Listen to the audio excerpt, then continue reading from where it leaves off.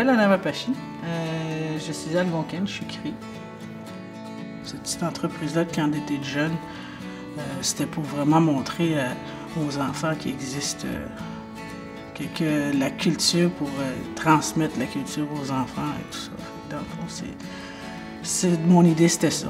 Et on allait au collet avec les enfants, on allait poser aussi des filets dans le lac.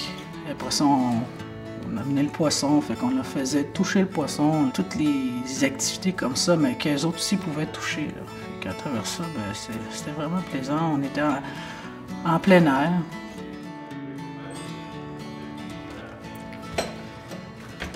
Bonjour.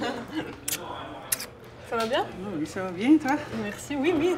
Alors, bienvenue. Je voulais te montrer un peu, comme on en avait parlé, de qu'est-ce que c'est qu'un incubateur d'entreprise.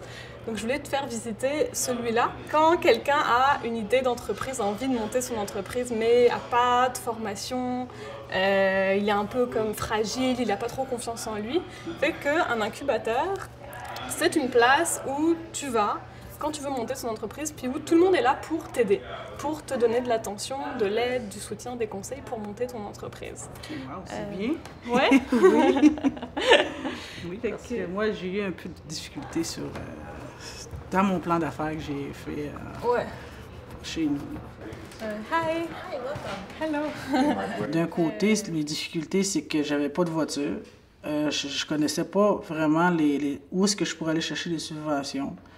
Les coachs qui auraient pu être là, ils n'étaient pas là parce que les autres étaient occupés à faire d'autres choses. Fait que j'étais comme mis un peu de côté. Puis mon français au niveau de l'écriture de mon plan d'affaires, tout ça, les mots à 50$, comme on dit, là, mais c'est ça que moi, j'avais de la difficulté avec ça. Je pense que ça aurait bien fonctionné à long terme, mais l'effet que j'ai tombé enceinte, j'ai comme tout arrêté. Un jour, je vais le recommencer, puis ça va être mieux organisé. Tout le monde est là pour s'entraider. Tu sais, tu peux parler à d'autres membres de tes projets. Mettons, il y a des comptables qui sont là pour aider, des avocats, des gens de la gestion, des profs, des mentors. C'est vraiment tout le monde qui, si tu as besoin d'aide, ils sont là pour t'aider. Puis en plus, il y a des locaux que tu peux utiliser.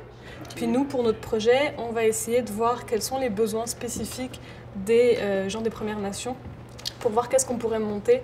Il y a tellement de monde qui a des bonnes idées sur bien des choses, sur l'industrie forestière, sur des entreprises de gros camions ou des choses comme ça. C'est vraiment une belle idée. Un incubateur, je ne savais pas c'était quoi au début, mais là oui, là, fait que ça serait une grande aide pour une personne autochtone. Souvent, il y a besoin d'accompagnement. Pour le projet, on va aller dans 4 communautés autochtones puis 4 villes.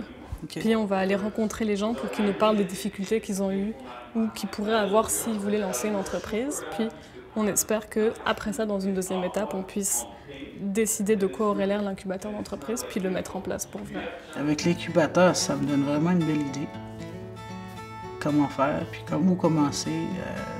Je serais coaché, tu sais, avec l'incubateur, ce serait vraiment la clé de partir une entreprise.